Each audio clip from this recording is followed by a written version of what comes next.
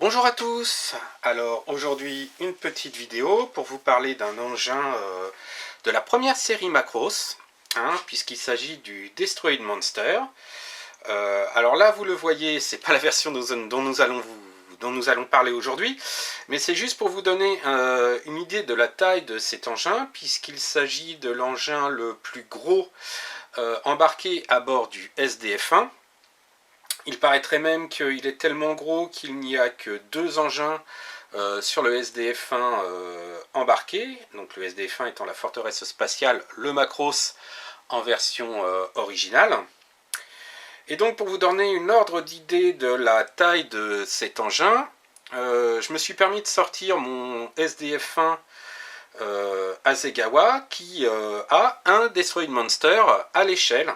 Donc le SDF-1 est au 1400e je crois.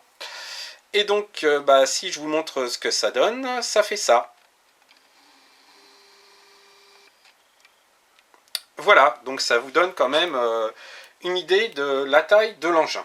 Et je vous propose de vous retrouver tout de suite pour qu'on parle du kit en question, qui est donc la version au 1/200e, rééditée par Bandai.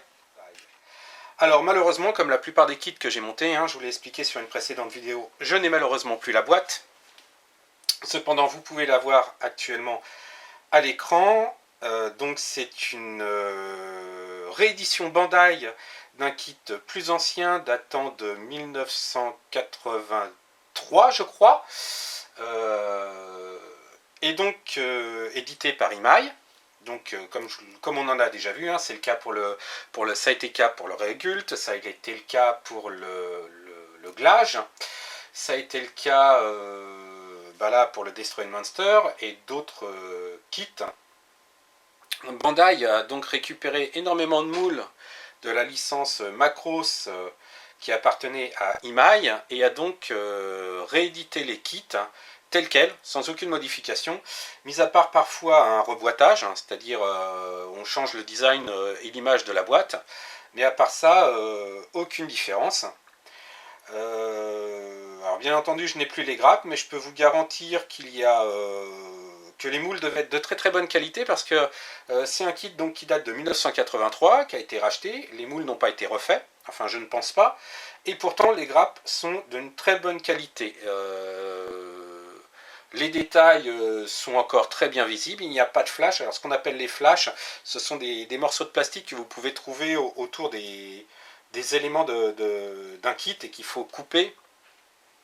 Et généralement, ça indique que le moule est usé, puisque le moule fonctionne sur une forme de presse, et on injecte du plastique à l'intérieur. Si le moule est bien étanche, le plastique reste dans la partie à mouler. Si le moule est usé, il y a parfois un peu de plastique qui coule entre les pièces, et donc quand on démoule, on se retrouve avec un morceau de plastique en trop qu'il faut éliminer.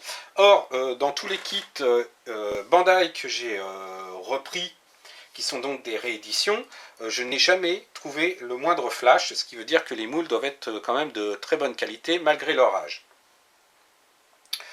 En ce qui concerne le Destroyed Monster, Bandai n'a absolument pas refait la boîte, puisque là vous avez la boîte Imai de l'époque, donc qui est sortie de deux couleurs. Il y a eu la blanche comme la Bandai, et après ils l'ont refait en bleu, mais je vois, mis à part le reboîtage, il n'y a aucune différence. En ce qui concerne la notice, pareil, Bandai s'est simplement contenté de remettre les copyrights au goût du jour et leur petit logo, sinon c'est exactement la même notice qu'à l'époque. Donc justement, concernant la notice, on va zoomer un tout petit peu, voilà, ça sera un peu plus pratique pour vous. Donc, illustration, reprenant l'illustration de la boîte, le logo Macross, logo Bandai. Alors là c'est du japonais, donc je ne parle pas le japonais, mais j'imagine que ce sont les instructions pour la sécurité et l'utilisation du kit. Ici les 4 grappes qui composent ce kit. Alors comme tous les kits à l'ancienne, on peut constater que l'illustration montre les grappes déjà peintes. Bien évidemment c'est à faire, elles ne sont pas livrées comme ça. Donc qui donne des idées, des détails à apporter. Et ici, les couleurs à utiliser. Malheureusement, il n'y a aucune référence de peinture. C'est écrit en japonais. Bon, je me répète hein, pour ceux qui ont déjà vu mes vidéos, mais sinon il y a quelque chose qui est très pratique, c'est d'utiliser une application de type Google Traduction qui permet de prendre en photo votre, votre texte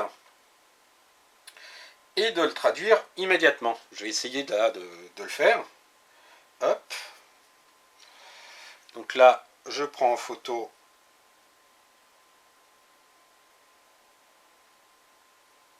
Voilà. Et donc, alors je ne sais pas si ça va bien se voir à l'écran.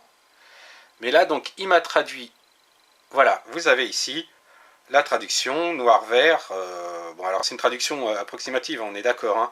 Donc noir-vert, vert à 100%, RLM gris 5%, bleu moyen 25%, kaki et vert, orange fluorescent, argent. Voilà. Donc ça permet de traduire les notices. Et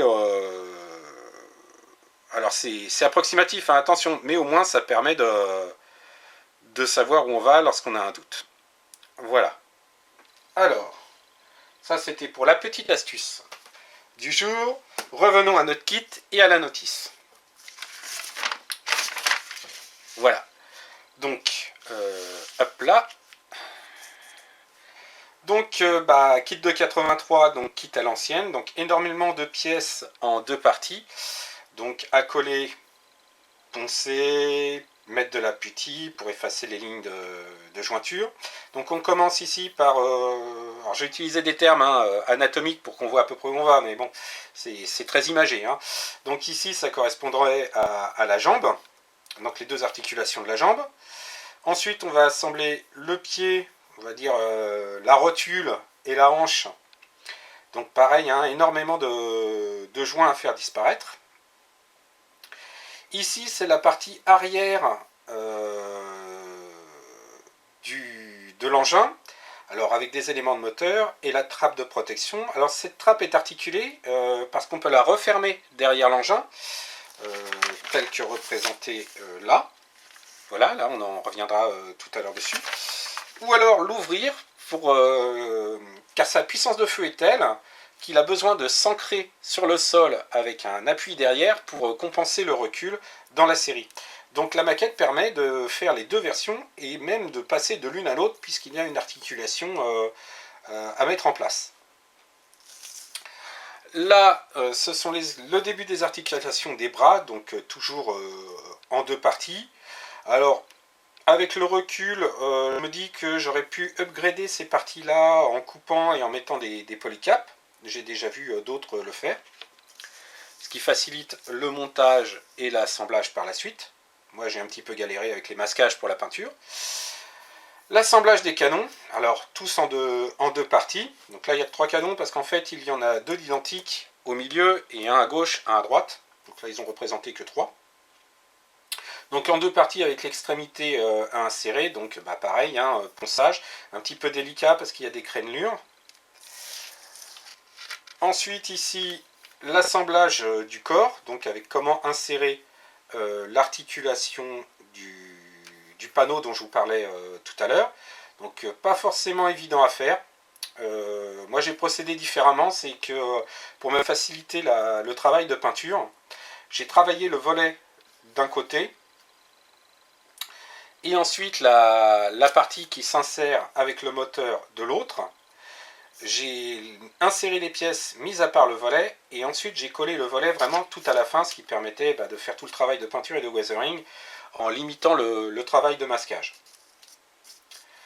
Donc voilà ce qui me permet de vous dire quelque chose qui est très important et auquel les gens ne pensent pas forcément avant de se lancer dans un kit.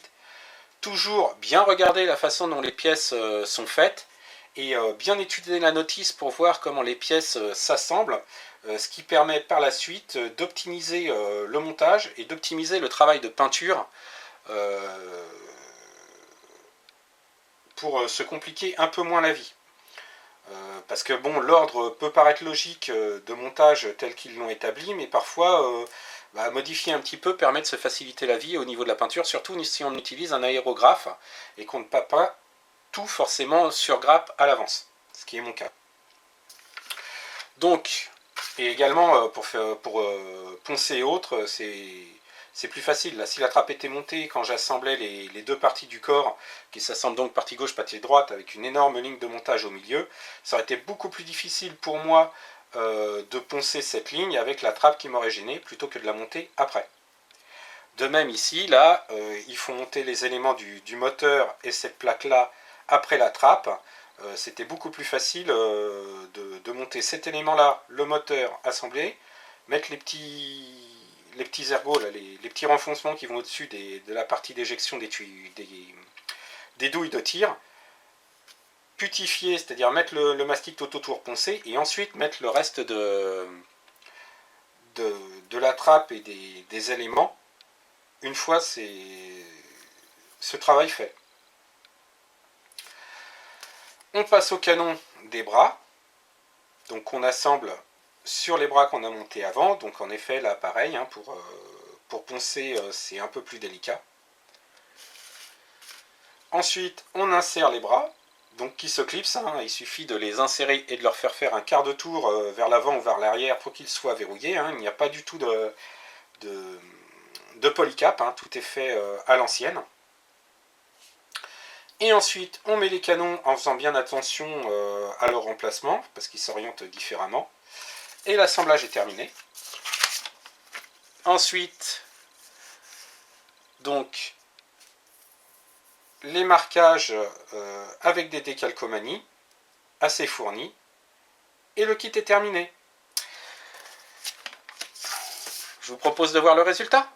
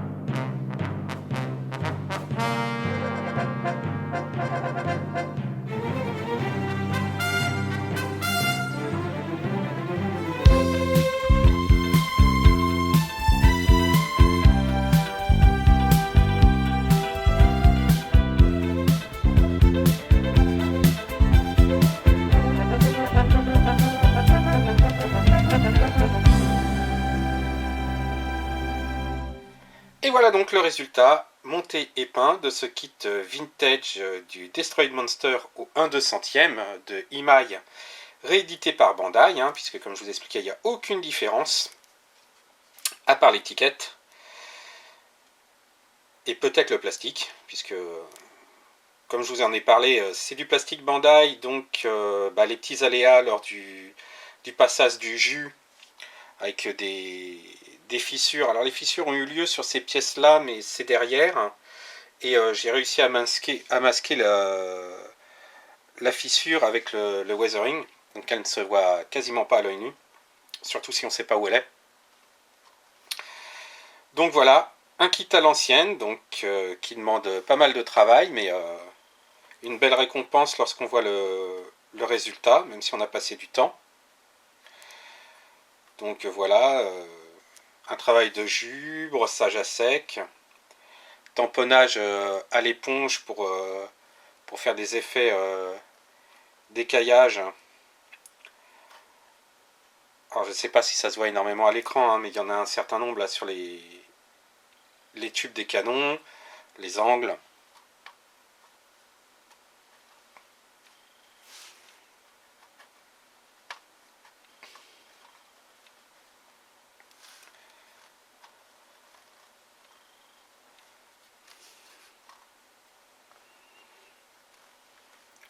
Alors, franchement, je me suis un petit peu pris la tête à le faire, c'est vrai, hein, je vais pas dire le contraire, mais je suis particulièrement content du résultat. Hop.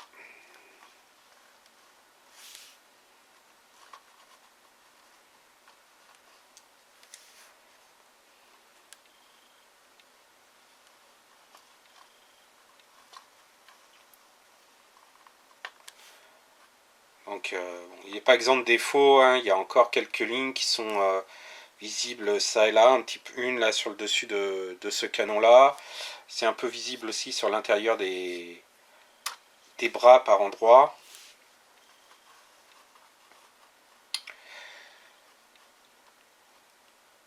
Voilà donc, merci d'avoir suivi cette vidéo. Je vous donne rendez-vous à la semaine prochaine pour un prochain kit qui ne sera peut-être pas du Macros cette fois-ci. Bonne semaine!